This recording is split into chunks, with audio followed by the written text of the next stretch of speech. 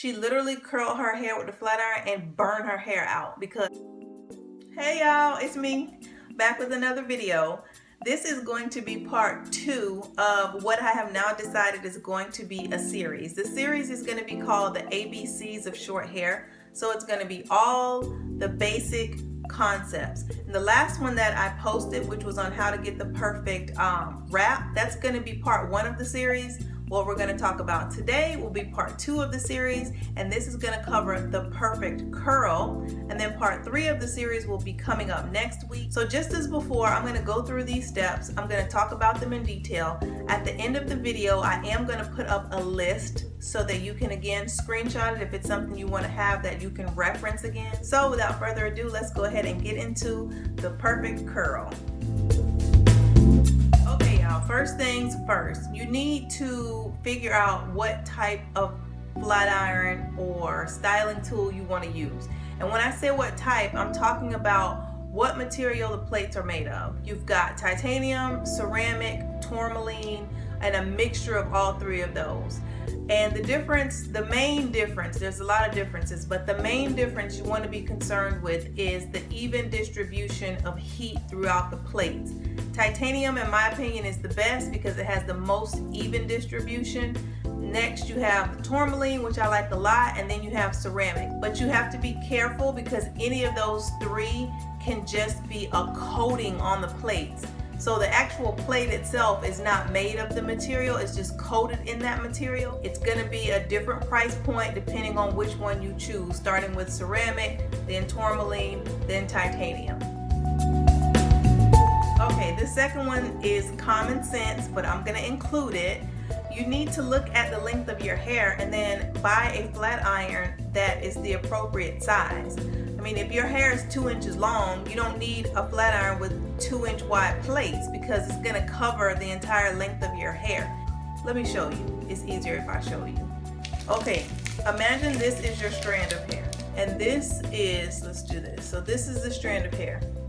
And let's say this is 2 inches. If you get a flat iron that's 2 inches wide, think about it. You clamp it down, the flat iron is gonna cover the entire length of your hair.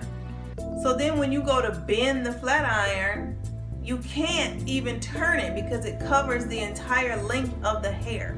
But think about if you get a flat iron that's only half the length of your hair. So say this is still 2 inches, you get a 1-inch flat iron. The flat iron is gonna cover half of your hair, right? So when you go to bend, create a curl because you have space left for the flat iron to move and slide through the hair. So you cover half of it here. The flat iron can do like this and you can create a curl.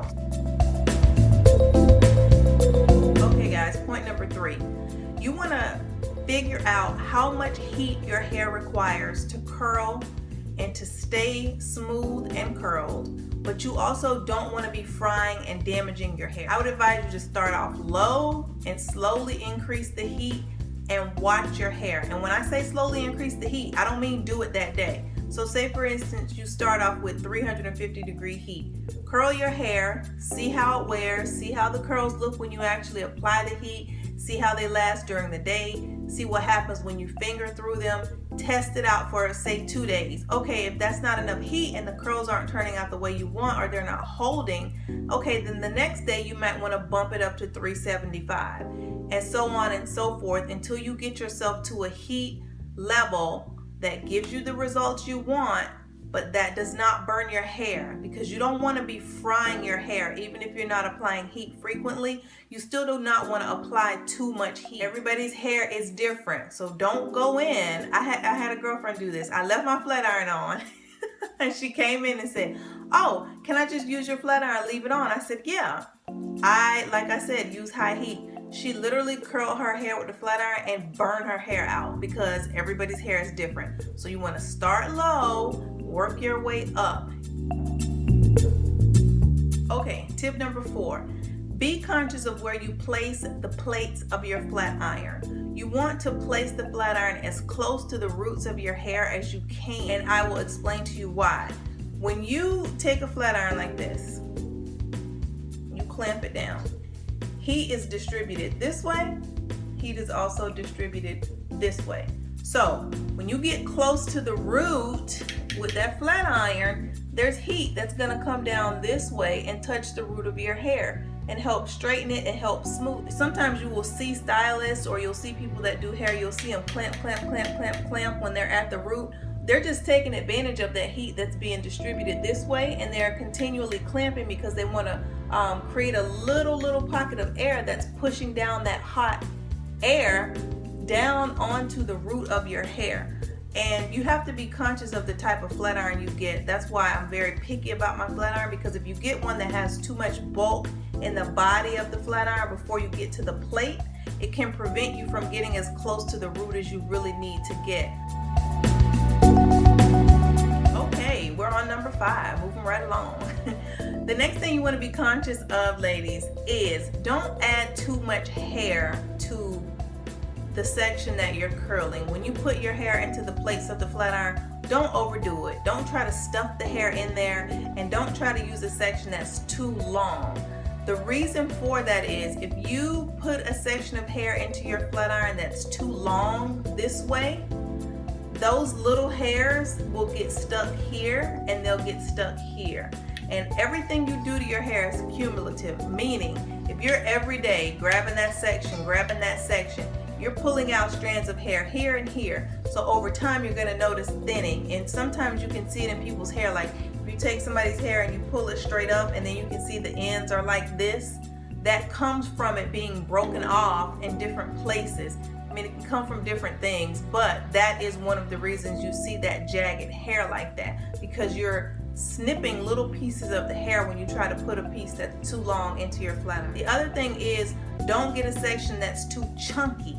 You don't want a big, thick, chunky section of hair in the flat iron that you're trying to curl. If you're stuffing a big chunk of hair into your flat iron and trying to pull it through, the plates can only distribute so much heat. So if they're not distributing enough heat to break through that whole section, the middle section of that chunk is really not getting the right amount of heat. So it's not gonna hold, it's gonna frizz, and it's gonna just ultimately look messy. So that's something that you also wanna be aware of, how much hair you put into the flat iron in each section that you curl. Number 6. I feel like the count on Sesame Street. Okay, so the next thing that you want to be aware of is how much pressure you apply to your flat iron, and you want to keep that pressure consistent. And this is what I mean. If this is a strand of hair, you put your flat iron on here. You see my hands here? This is how much pressure I'm applying. So if I'm applying light pressure, I'm barely touching it, pulling it through. If I'm applying heavy pressure, I'm squeezing it and I'm pulling it that way. What you don't want to do is be varying the amount of pressure when you are curling one section of hair. So if you start off hard, you want to keep that same pressure level throughout the strand. If you start off light, same thing. And I will tell you why you want to do that. If you have a good flat iron that's evenly distributing heat, you want that even distribution of heat, the same amount on every section of that hair. And the amount of pressure you apply controls that. If you put this much pressure on a strand of hair, there's only so much heat that's going to touch that strand. If you clamp this all the way down, there's more heat that's being distributed to that strand of hair. So if you're doing this as you're moving along the strand of hair, you know, you're hard here, then soft, then hard, then soft, that curl is not going to be uniform. Your hair is going to frizz. It's not going to be smooth, and it's not going to be sleek and bouncy. You can see sometimes when you see a stylist pull that flat iron out and that curl is just so perfect and smooth and bouncy. That's a good flat iron with even heat distribution and even pressure applied throughout the entire length of that curl. So you want to be conscious of that also. Okay, y'all, this kind of piggybacks on the one that I just went over, but don't clamp down too tight. And the reason you don't want to clamp down too tight is because that creates ridges in your hair. You've seen it, I'm sure, if you've ever tried to curl your hair before, or even some stylists I've seen do this, where they'll clamp onto a piece of hair and pull it through, and you can see the flat iron like struggling to get through, and then when they get it through, there's like lines in the strand of hair. There's all these little bumps and ridges. You want a smooth curl. And sometimes people clamp too hard because they don't have a good flat iron. They think, oh, I need more heat. If you need more heat, turn up the temperature of the flat iron. Don't clamp super hard. You're also pulling your hair when you do that. So you don't want to do that. You want to apply the right amount of pressure. You can feel it. And then you want to keep that pressure and pull through. Don't clamp down like, you know, Superman. You're not trying to like kill the hair. You just want to curl it. So watch out for that. All right. So say you have got yourself a good flat iron. You're not putting too much pressure on it. You found your perfect heat setting, and you get your curl just like you want it. Do not touch it. When you pull that flat iron through, you get that perfect curl. Don't touch it. Leave it for a second. Why? Because you just pulled all that heat through your hair. The curl is hot. The cooling off of that curl in the position you leave it in is what causes that curl to actually form and mold and hold. It's just like, think about it like this. When you wet mold your hair, if you come from under the dryer before your hair is fully dry and you try to comb through the mold, what happens? It goes haywire, it gets frizzy, you can't control it, you can't get it to be smooth and lay down. The same thing applies with the heat. Once you pull that flat iron through and you have your perfect curl, it's like your hair is in the wet mold. So let it dry. Think of it like that, let it dry. But essentially you're letting it cool. Once it's cool, you can manipulate it, you can twist it. You guys have probably seen me in videos before, like where I'll take the curl and I'll just redirect it. I've curled it down, but I'll redirect the curl up. Why? Because it's molded. I've let it cool off enough that I can manipulate it, and I'm not gonna lose that foundation and that shape of the curl.